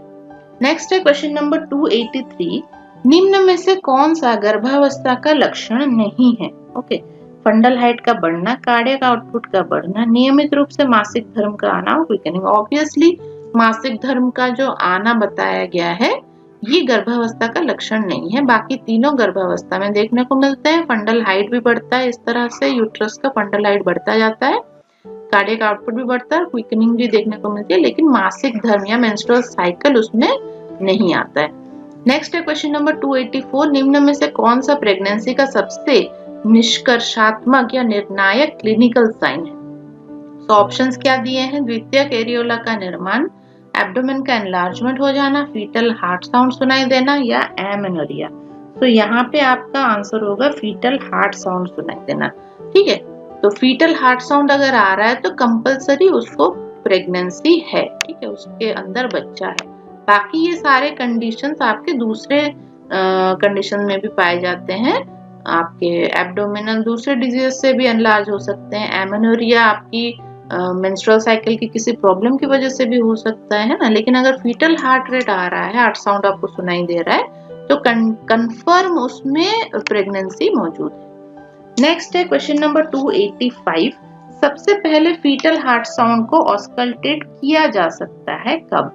तो आप सुन सकते हैं फीटल हार्ट साउंड 18 से 20 वीक्स के बीच में सबसे पहले आप ऑस्कल्टेट इसको कर सकते हैं। ठीक है, तो ये आपका ऑप्शन थी गर्भावस्था के 18 से 20 सप्ताह के मध्य में आपका सही आंसर होगा। नेक्स्ट है क्वेश्चन नंबर 286, निम्न में से कौन सा सिम्टम प्रेगनेंसी के केवल थर्ड ट्राइमेस्टर में डिटेक्ट किया जा सकता है? तो थर्ड ट्राइमेस्टर में ऑप्शंस देखते हैं। एमेनोरिया, ये तो स्टार्टिंग से रहती है। एनलार्जमेंट ऑफ एब्डोमेन, ये भी पूरा स्टार्टिंग से ही रहती है, धीरे धीरे बढ़ता रहता है। क्विकनिंग होती है, क्विकनिंग आपकी सेकेंड ट्राइमेस्टर में पाई जाती है। 6 महीने कंप्लीट होने के बाद आपकी क्विकनिंग स्टार्ट हो जाती है।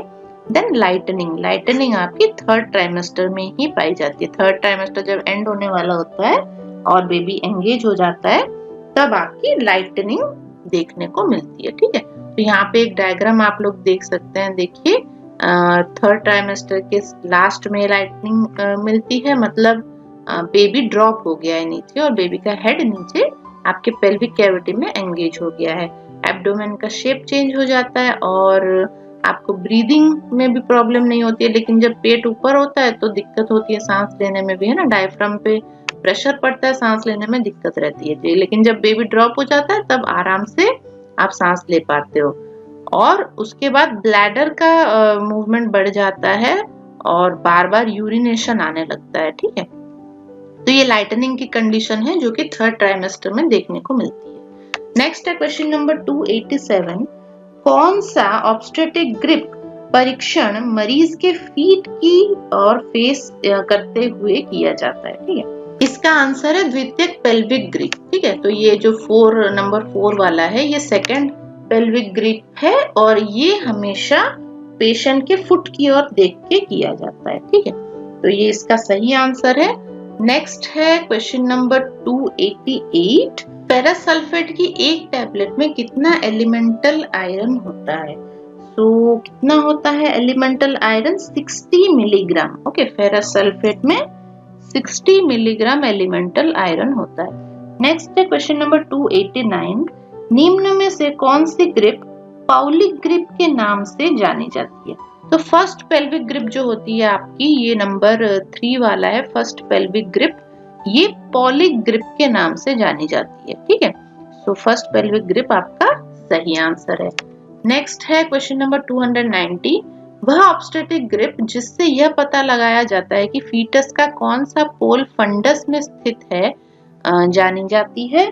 तो ये जो फंडस को टच करके आप पता लगा सकते हैं, इसको फंडल ग्रिप बोला जाता है। तो फंडल ग्रिप से आप पता लगा सकते हैं कि ऊपर आपका बेबी का हेड है या बटक रीजन है या क्या है। ठीक है, तो कौन सा पोर्शन है, ये फंडल ग्रिप से आप पता कर सकते हैं।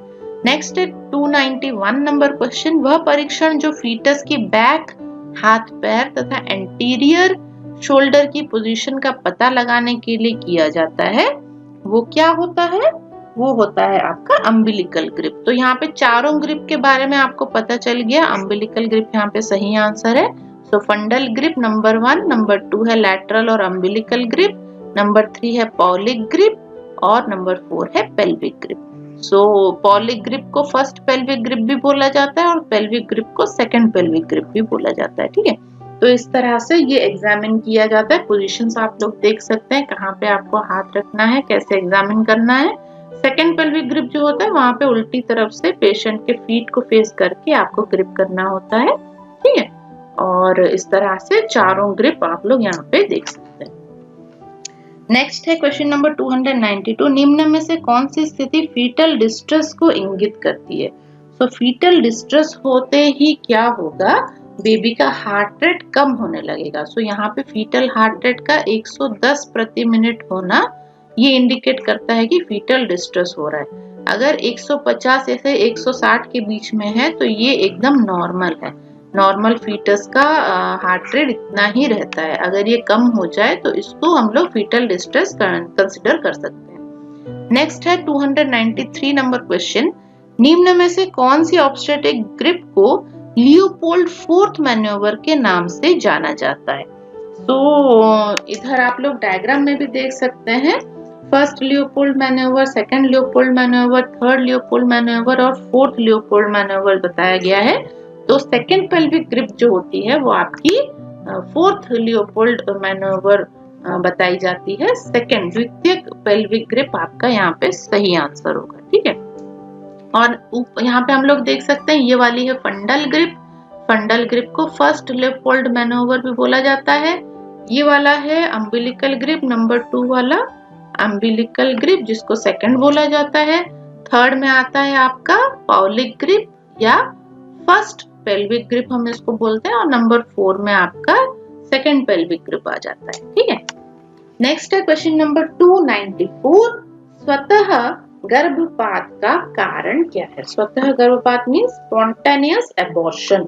सो स्पॉन्टेनियस एबॉर्शन क्यों होता है? यूटेराइन फाइब्रॉइड की वजह से, सर्वाइकल इनकम्पिटेंस की वजह से, किसी ऑटोइम्यून डिजीज की वजह से, या उपर्युक्त सभी। सो उपर्युक्त सभी आपका सही आंसर है। यहाँ पे ऐसी कोई भी कंडीशन हो वहां पे स्पॉन्टेनियस एबॉर्शन हो सकता है। अपने आप ही ब्लीडिंग स्टार्ट हो जाती है, बच्चा बाहर निकल आता है, प्लेसेंटल मैटर बाहर निकलने लगता है। ठीक है, तो इसको स्पॉन्टेनियस एबॉर्शन बोलते हैं।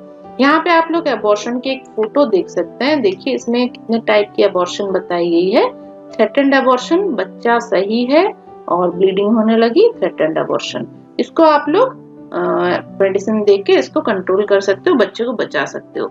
इनएविटेबल एबॉर्शन, बच्चा भी बाहर निकल रहा है, सारा प्लेसेंटल मैटर भी बाहर निकल रहा है, इसको रोक नहीं सकते हो, ये सब बाहर निकालना जरूरी होता है, इसमें बच्चा बचता नहीं है। Then expel product of complete abortion, complete abortion में सब कुछ बाहर निकल आता है अपने आप ही, तो ये इसको कंप्लीट एबॉर्शन बोलते हैं, बच्चा प्लेसेंटा मैटर सब बाहर निकल आता है। इनकम्प्लीट एबॉर्शन में आधा अधूरा बाहर निकलता है, आधा अधूरा अंदर रहता है, जिसको आपको फिर डीएनसी करके डीएनडी करके बाहर निकालना पड़ता है। एक होता है मिस्ड एबॉर्शन। मिस्ड एबॉर्शन में क्या होता है, कुछ भी बाहर नहीं निकलता है, बच्चा डेड हो जाता है, खत्म हो जाता है, अबॉर्ट हो जाता है, लेकिन सारा मैटर अंदर ही रहता है, बाहर कुछ नहीं पता चलता है, इसको मिस्ड एबॉर्शन बोलते हैं। ठीक है, नेक्स्ट है क्वेश्चन नंबर 295, सेफेलिक प्रेजेंटेशन में फीटल हार्ट साउंड की अधिकतम तीव्रता कहाँ होती है? तो अगर सेफेलिक प्रेजेंटेशन है, बेबी का हेड नीचे की ओर है, तो वहां पे आपका फीटल हार्ट साउंड सबसे अच्छा कहाँ सुनाई देगा? अम्बिलिकस के नीचे। तो बेबी का हेड नीचे है ना, तो उसका चेस्ट भी नीचे होगा, सो अम्बिलिकस के नीचे आपको फीटल हार्ट साउंड सबसे तेज सुनाई देगा। नेक्स्ट है क्वेश्चन नंबर 296, निम्न में से मानव भ्रूण के प्रेजेंटेशन का सही क्रम क्या है? तो सबसे ज्यादा जो प्रेजेंटेशन रहती है वो होती है सेफेलिक प्रेजेंटेशन, उसके बाद ब्रीच प्रेजेंटेशन पाई जाती है कुछ केस में, और बहुत कम केसेस में शोल्डर प्रेजेंटेशन पाया जाता है। ठीक है, सबसे कॉमन है सेफेलिक प्रेजेंटेशन। तो यहाँ पे आप लोग प्रेजेंटेशन देख सकते हैं, सेफेलिक, ये दोनों ही सेफेलिक हैं प्रेजेंटेशन, और ब्रीच प्रेजेंटेशन उल्टा बटक रीजन रहता है, शोल्डर में कंधा आने लगता है बाहर। नेक्स्ट है क्वेश्चन नंबर 297, उसमें क्या दिया गया है देखिए, एक गर्भवती महिला द्वारा कितनी मात्रा में अतिरिक्त कैलोरी लेनी चाहिए? तो महिला अगर प्रेग्नेंट है तो कम से कम 300 किलो कैलोरी उसको एक्स्ट्रा लेना चाहिए, जो उसको बेबी ग्रोथ में हेल्प करेगा, जो बेबी की रिक्वायरमेंट रहती है। नेक्स्ट है क्वेश्चन नंबर 298, कपाल का वह एरिया जो एक तरफ से एंटीरियर फोंटानेल और कोरोनल स्यूचर तथा दूसरी तरफ से नाक की रूट से घिरा रहता है, उसको क्या कहते हैं? उसको कहते हैं ब्रो। ठीक है, सो ऊपर रहता है आपका कोरोनल स्यूचर और एंटीरियर फोंटानेल रहता है यहाँ पे इस तरह से, और नीचे उसकी नाक रहती है, ये उसकी नाक है। तो ये जो एरिया है ये आपका कौन सा एरिया होगा? आंखों के ऊपर आईब्रो का एरिया होगा, है ना, तो इसको ब्रो कहा जाता है। नेक्स्ट है क्वेश्चन नंबर 299, दोनों पैराइटल अस्थियों के मध्य पाए जाने वाले सूचर को क्या कहते हैं? तो यहाँ पे आप लोग डायग्राम देख सकते हैं, ये पैराइटल बोन है, इसके बीच में ये जो सूचर पाई जाती है इसको सैजिटल सूचर कहते हैं। तो सैजिटल सूचर ऑप्शन ए आपका सही आंसर है। नेक्स्ट क्वेश्चन है क्वेश्चन नंबर 300, और ये हमारे आज की क्लास की लास्ट क्वेश्चन है। देखते हैं क्वेश्चन में क्या लिखा है, दोनों तरफ पैरेटल तथा फ्रंटल अस्थियों के मध्य कौन सा सूचर पाया जाता है? सो पैरेटल सूचर और फ्रंटल सूचर, ये वाला जो सूचर है ये कौन सा सूचर है? कोरोनल सूचर है ये। ठीक है, कोरोनल सूचर ऑप्शन बी आपका सही आंसर है। तो इसी के साथ आज की 100 क्वेश्चंस हमारी खत्म हो गई हैं। नेक्स्ट क्लास में हम लोग और भी बहुत सारे क्वेश्चंस डिस्कस करेंगे, और भी बहुत सारे अलग अलग सब्जेक्ट्स की क्लासेस भी आ रही हैं, वो वीडियोस आप लोग जरूर देखिएगा। इससे पहले वाले क्वेश्चंस जो हमने डिस्कस किए हैं उसकी वीडियोस भी अवेलेबल हैं, वो भी आप लोग जरूर देखिएगा। आप लोग जब ओपन करते हैं वीडियो और हमारे चैनल पे जाइए, चैनल पे आपको प्लेलिस्ट मिल जाएगी, प्लेलिस्ट आप ओपन करिए, उसमें सब्जेक्ट वाइज आपको वीडियोस मिल जाएंगे, क्लासेस मिल जाएंगी, तो वहां जाके आप सब्जेक्ट वाइज भी वहां पे पढ़ सकते हैं। ठीक है, तो आज हम लोग इतना ही पढ़ेंगे। आप लोग हमारा चैनल जरूर सब्सक्राइब कर लीजिए और ये वीडियो आप लोग जरूर शेयर करिए अपने फ्रेंड्स के साथ, ताकि वो लोग भी इसका फायदा उठा पाए, है ना। एक आध कमेंट वगैरह भी कर दिया कीजिए, हमें अच्छा लगता है आपके कमेंट्स पढ़ के। तो आज हम लोग इतना ही पढ़ेंगे और नेक्स्ट क्लास में हम लोग और भी बहुत सारी चीजें डिस्कस करेंगे। तब तक स्वस्थ रहिए, मस्त रहिए, खाते पीते रहिए। So thank you so much and आप लोगों को मेरा नमस्कार।